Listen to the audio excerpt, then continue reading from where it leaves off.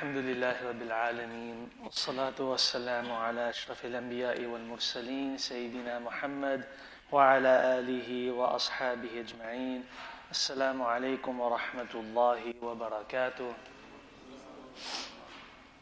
Inshallah, today we are starting from verse 50 of Surah Hūd. We'll read probably a few of these verses and then we'll discuss their commentary. أعوذ بالله من الشيطان الرجيم. وإلى عاد أخاهم هودا قال يا قوم اعبدوا الله ما لكم من إله غيره إن أنتم إلا مفترون يا قوم لا أسألكم عليه أجرا إن أجري إلا على الذي فطرني أفلا تعقلون ويا قوم استغفروا ربكم ثم توبوا إليه يرسل السماء عليكم مدرارا ويزدكم قوة إلى قوتكم ولا تتولوا مجرمين. And so the first ayah, it begins with وَإِلَىٰ عَادٍ أَخَاهُمْ هُودًا, that to Ad we sent their brother Hud. And as opposed to the other surah, the other story that this surah began with, which was about Nuh, it doesn't refer to Nuh in that as their brother. But here Allah Azza wa Jal, He is making the claim and He is stating that Hud was their akha, that he was their brother. And so to the people of Ad, we sent them their brother Hud. And when Allah is doing this, He's showing that Ad is already familiar with Hud. That Hud was someone who was from them, from that civilization, from that community, that Hud essentially grew up with them. So the message is already something that it's coming from a source that they are familiar with. That with our own Nabi sallallahu alayhi wasallam and him preaching to his own people, to Quraysh, to the Meccans, that was someone that they already had regarded as as-Sadiq and al-Amin before he even received nubuwah, before he even was a prophet. And so there's already some credibility or some extra layer of believability there. That this is someone who is not a stranger, he is not an ajnabi, but he is someone from you. And so you already have someone that is known to you. And even though that is the case, we see that many of these people, many of these civilizations, they reject their prophets. And so he besieges his people, قَالَ يَا قَوْمِ, that, oh my people. And know that that for Hud to say my people, Ya qawmi, it's a very common phrase that all the Nabis say, that my people. That this is something personal to the Nabis. That this is something that they really feel, I'm connected to you. That you are my people, that I care about you. So Ya qawmi, u'budu Allah ma lakum min ilahin ghayruh. That, oh my people, worship Allah, you have no other Allah other than Him. That this is essentially what every single Nabi, every single Prophet and Rasul, they are preaching this message. And it's almost always the case that the people to whom they are preaching, they're always doing some level of shirk. That they're always doing some level of associating with Allah, that they're ascribing partners to Him, they're creating idols to Him. For some reason, this is something that's always come natural to the human beings. In our own society, we may not necessarily resort to idol making and creating physical idols, but a lot of times we are slaves to maybe ideas like science or technology even, or our own desires or our own aqls, that we are considering that to be rivals or at the same plane as Allah. And so there is some level of association, some level of shirk that is always present in these errant communities, in these errant people. where they are not worshipping Allah solely. اعبدوا الله ما لكم من إله غيره إن أنتم إلا مفترون. In other ayat, in other surahs that are literally like this, the verses in those surahs, they end with أَفَلَا تَعْقِلُونَ. But here, Hūd is saying to the people, to his people, إِنْ أَنْتُمْ إِلَّا مُفْتَرُونَ, that indeed you are only making up lies. And this is such a true statement, in that at the end of the day, when people are making asnam, when people are making idols, and they're trying to justify another entity or another medium to worship in, that really you have to be jumping through mental hoops, that you're trying to construct some strange theology. And aftara is literally the word that means to make up lies. In other places, when Allah describes people who are creating this false theology of theirs, He says, "Inhum illa yakhrusun," that indeed all they are doing is just guessing, that all that they are doing is just shooting in the dark. And that's truly what is happening here, and what Hūd is trying to point out, that you're just concocting your entire theology and your way of life and how you're seeing how things are. And then he says, "Ya qawmi la as'alukum alayhi ajra," that my people, I ask no reward of you.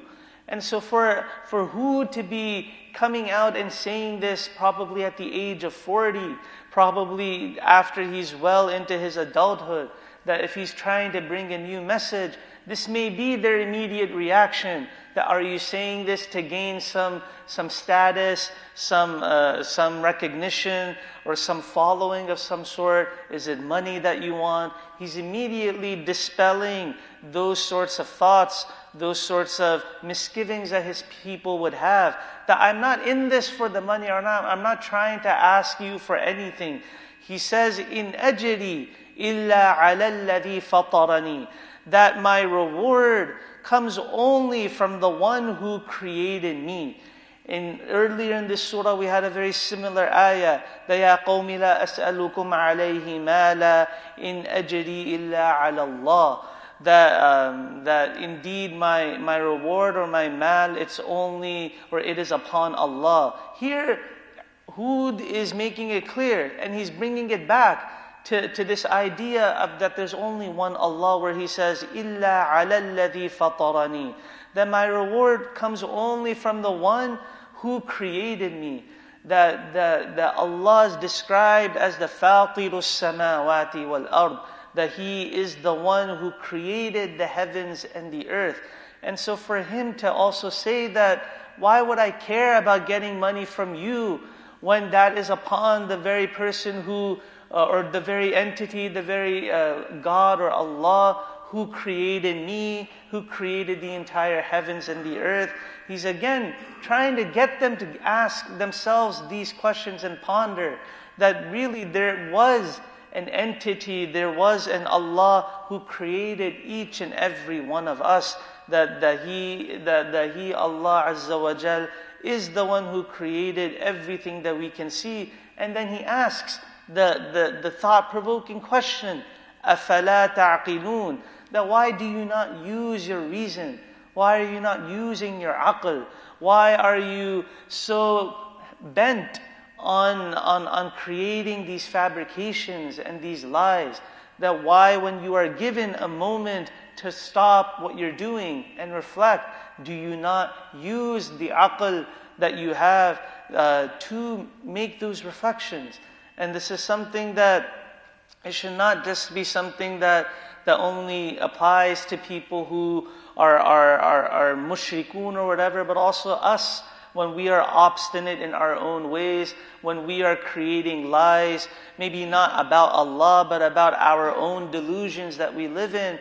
Are we not, we're not using our aql. And when someone asks us to reflect on something else or to consider a different point, we similarly should also then and there use our aql and reflect on that.